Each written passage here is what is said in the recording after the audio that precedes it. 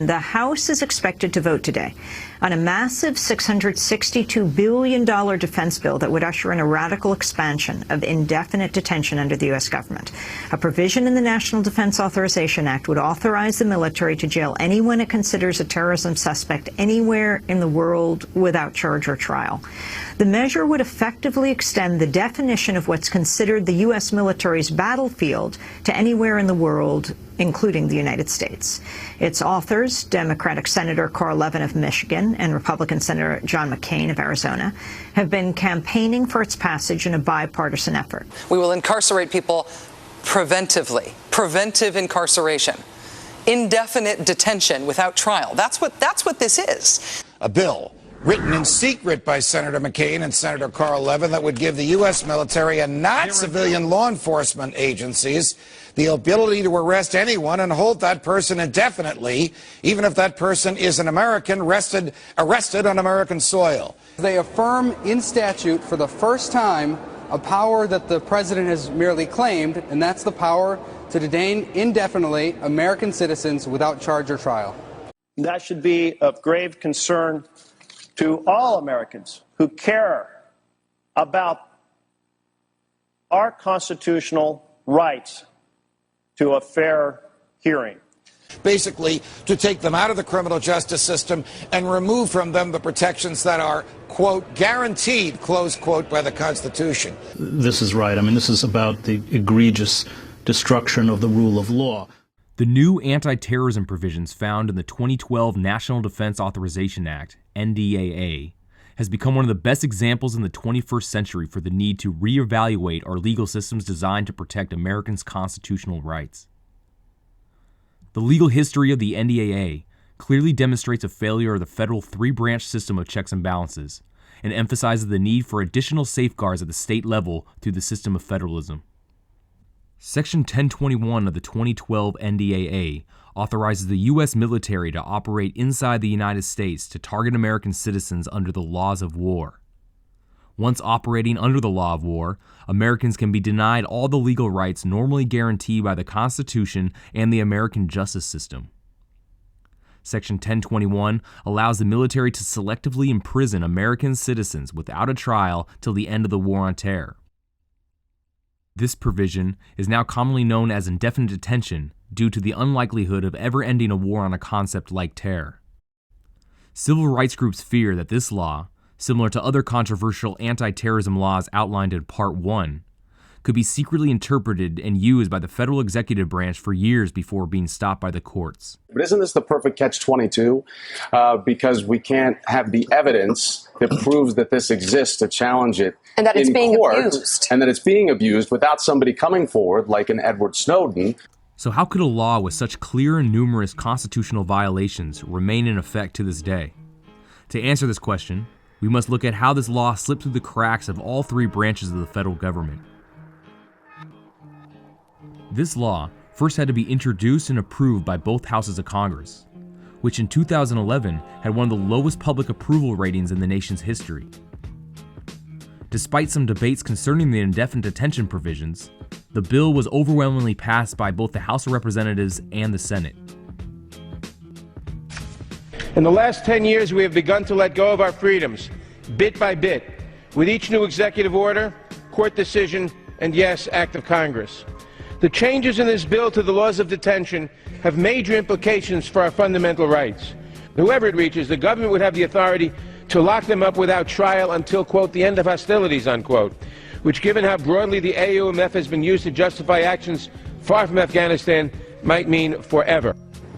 The authors of the new radical detention policies, Democrat Carl Levin and Republican John McCain, defended it by saying it gives the government, quote, the clear authority, tools, and flexibility of action it needs to defend us against the threat posed by al-Qaeda, end of quote. You know, it's a sad day when the only time Democrats and Republicans can come together is to subvert the Constitution and lay the groundwork for endless war. In December 2011, the bill had made its way to the president's desk for the signature of approval. President Obama had previously threatened to veto the bill if it came to his desk containing the indefinite detention provisions of Section 1021. Obama's veto of the 2012 NDAA would have been a classic example of a functioning system of checks and balances. However, the Obama administration did something extremely unusual. The good news in all that is that it shows that if the president follows through on his veto threat, his veto could be sustained, because the only way a veto can be overridden is with 2/3 of the vote. As feared, the administration announcing today the president will not veto a bill that allows American citizens to be indefinitely detained without trial on American soil if there is even a suspicion they might have ties to terrorists. The president has signed a defense authorization bill expanding executive powers concerning the detention, interrogation, and prosecution of suspected terrorists. On New Year's Eve of 2011, he signed the 2012 NDAA into law with a signing statement that acknowledged the unconstitutional powers it gave the government to indefinitely detain Americans without the right to a trial. In other words, he signed a bill into law that he admittedly knew was unconstitutional. On New Year's Eve, in this 1,800-word signing statement, the president seemed to emphasize the point, quote, "My administration will not authorize the indefinite military detention without trial of American citizens." While voicing reservations, Mr. Obama signed the act. Although Obama's signing statement promised his administration wouldn't use the indefinite detention powers, he knowingly left those powers available for future administrations. This has never been done before. It is completely outside of the realm of what's constitutionally permissible. He signed the damn bill. So even if his administration chooses not to interpret it in that way, well, then guess what? That doesn't stop any future presidents from using it in the exact language that it was written in. Human rights groups among the president's core supporters on the left say future presidents may apply the law differently, adding the act is a sweeping expansion of executive power beyond what was seen under the Bush administration. Particularly to hear President Obama claim the power to keep people in prison indefinitely with no charges against them, no conviction, no sentence, just imprisonment. Civil rights groups and activists were equally shocked how the constitutional professor turned president could so recklessly endanger the constitutional rights of every American. According to our grade school civic books, after a law is passed by Congress and signed by the president, it is up to the courts to rule on its constitutionality.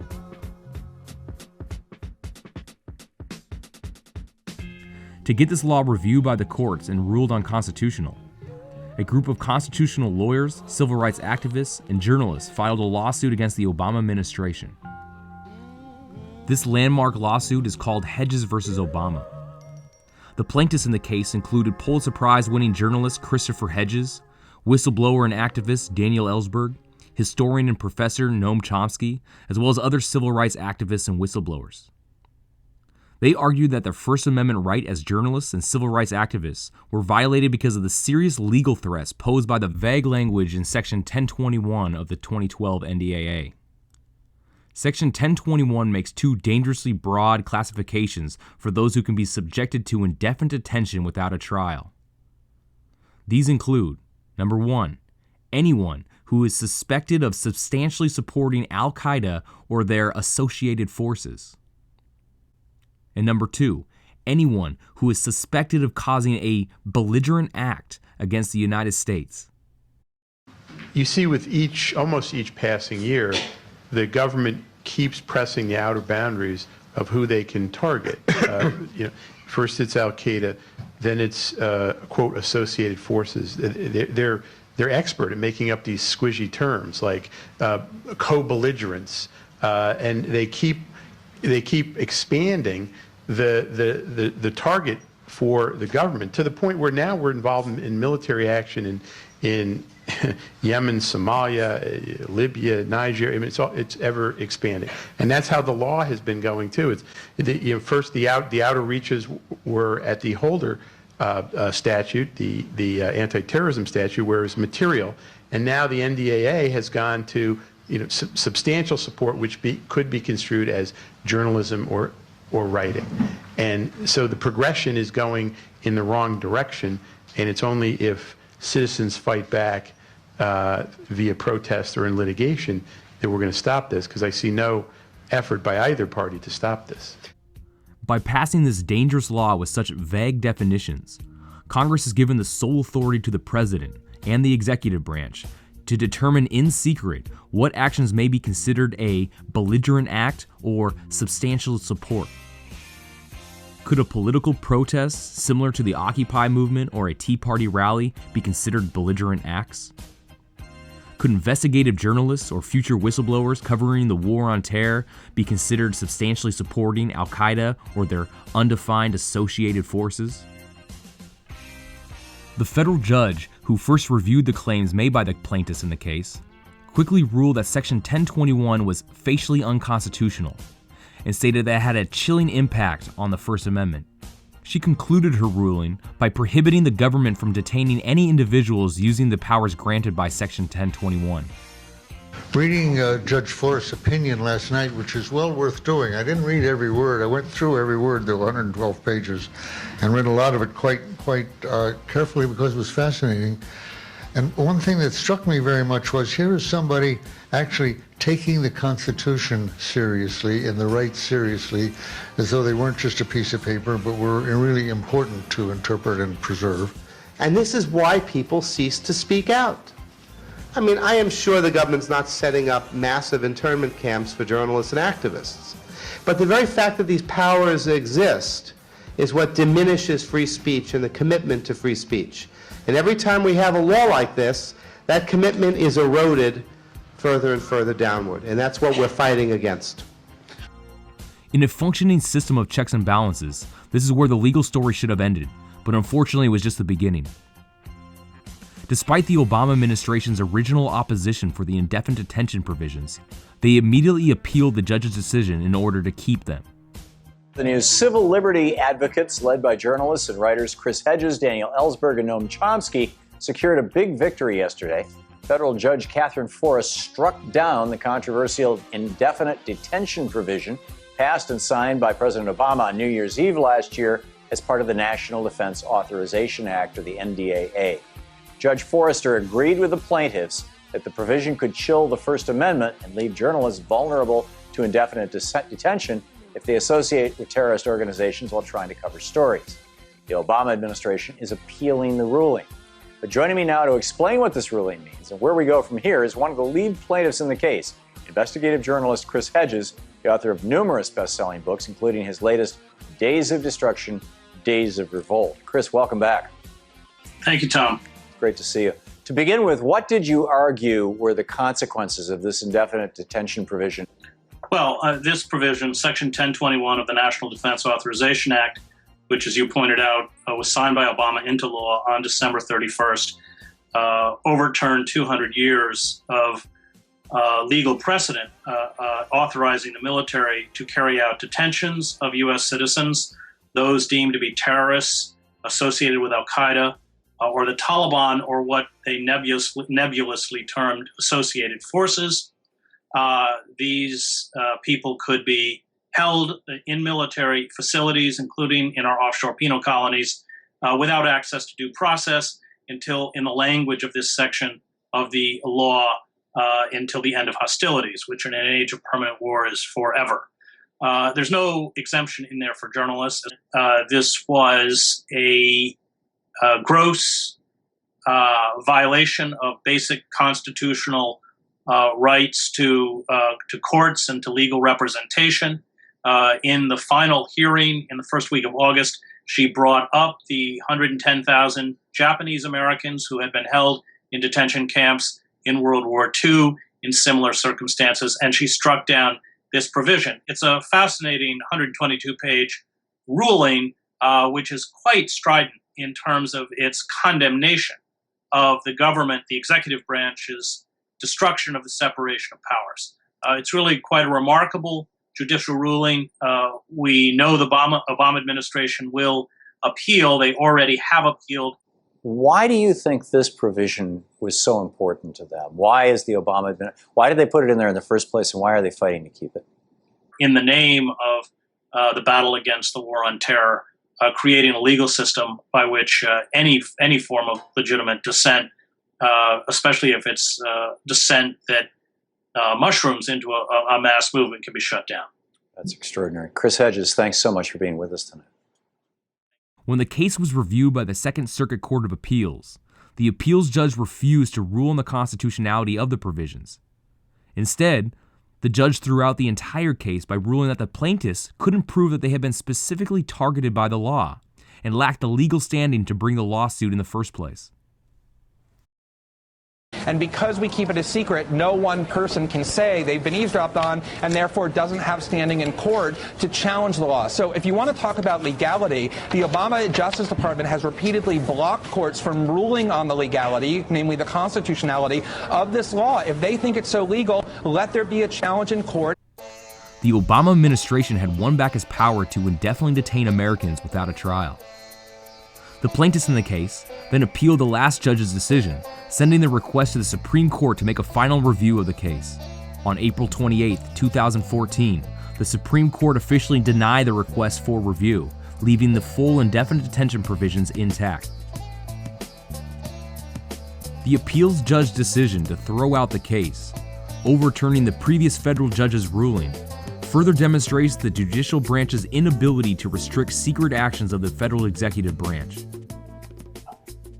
And the courts have increasingly, in the wake of the post 9/11 period, become reluctant to scrutinize any decisions or programs that were constitutionally questionable, saying that they lacked the expertise or the positioning, or what it ultimately boiled down to was the political willingness. He's a member of the Senate Select Committee on Intelligence. Senator Wyden, thank you so much for being here tonight. Thanks for having me again. I think the American people certainly know more about the fundamental question, which is we have to strike a better balance, Rachel, between protecting our security and protecting our liberty. I've just come off a 2-year effort, made 7 separate requests to get the Obama administration to release these previously secret legal analyses which offer the justification for the drone strikes. And this debate is just beginning, and the reason I went to the floor today is I thought it was an opportune time to try to show that there is a new effort by both progressives and conservatives to try to show that in our country it's possible both to protect our liberties and at the same time ensure that we're vigilant against the very real threats that are out there. Simply put, again, to make the point that the senator from Oregon made so importantly, I believe that Congress is granting powers to the executive branch that lead to abuse and, frankly, shield the executive branch from accountability.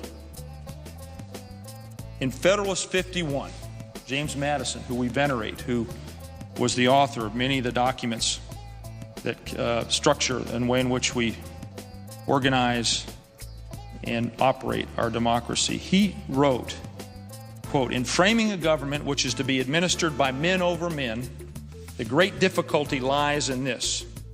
You must first enable the government to control the governed, and in the next place, oblige it to control itself."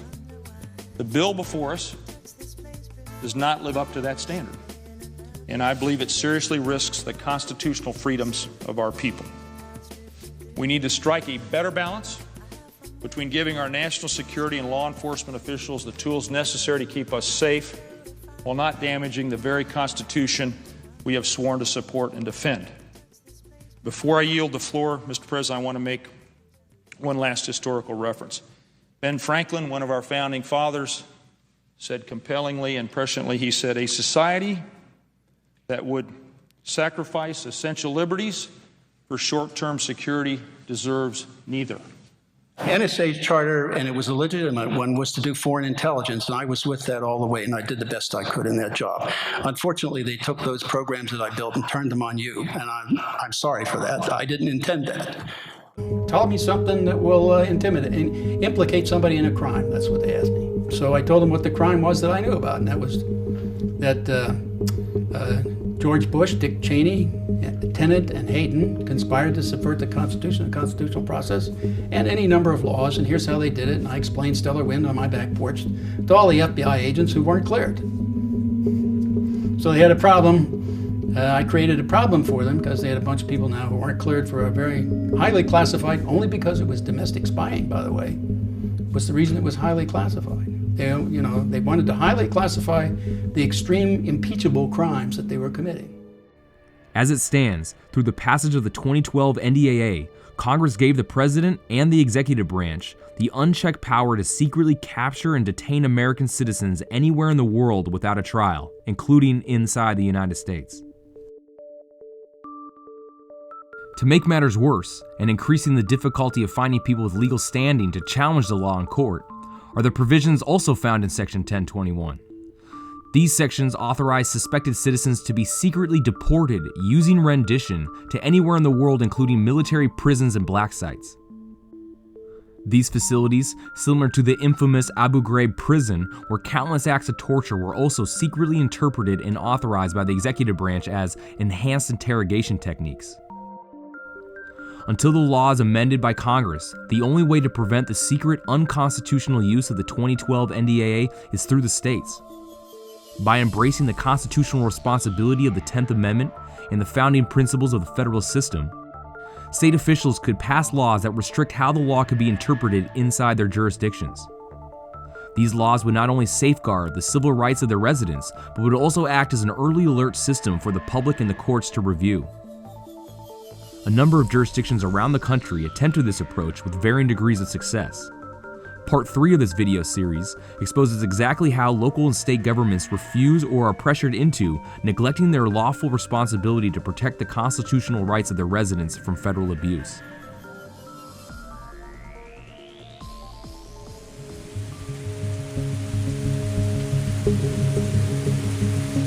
This is something the KGB, the Stasi, or the Gestapo would have loved to have had about their populations. So, I mean, you know, and just because we call ourselves a democracy, right, doesn't mean we will stay that way. That's the real danger. And we, the people, may have absolutely nothing to say about it. We haven't had anything to say so far.